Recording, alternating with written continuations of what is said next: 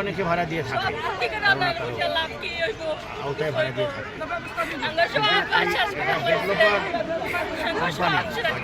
Developer company তারা যখন জায়গাটা দখল করার জন্য ঘেরা দেওয়া শুরু করছে এবং বিভিন্ন লোকের কাছে লেনদেন করতেছে, তখন সরকারের পক্ষ থেকে এই উদ্যোগ নেওয়া হয়েছে যে জায়গাটা এখন উদ্ধার করতে হবে বেদখল।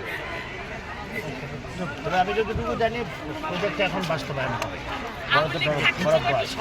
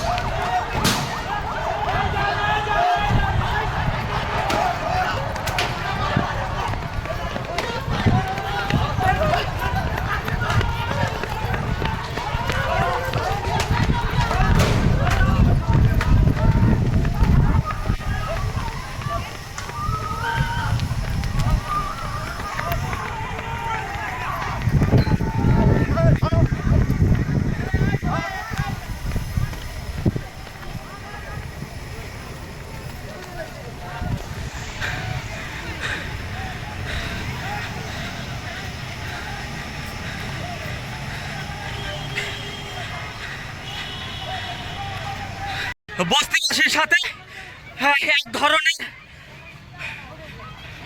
আক্রমণ চলমান ছিল। সেই ক্ষেত্রে আমরা দেখতে পেরেছি পুলিশ কোনোভাবে সেখান থেকে বাঁচিয়ে পালিয়ে এসেছে এবং অনেকে আহত হয়েছেন, এমনটি কিন্তু আমরা আজকে দেখতে পেরেছি।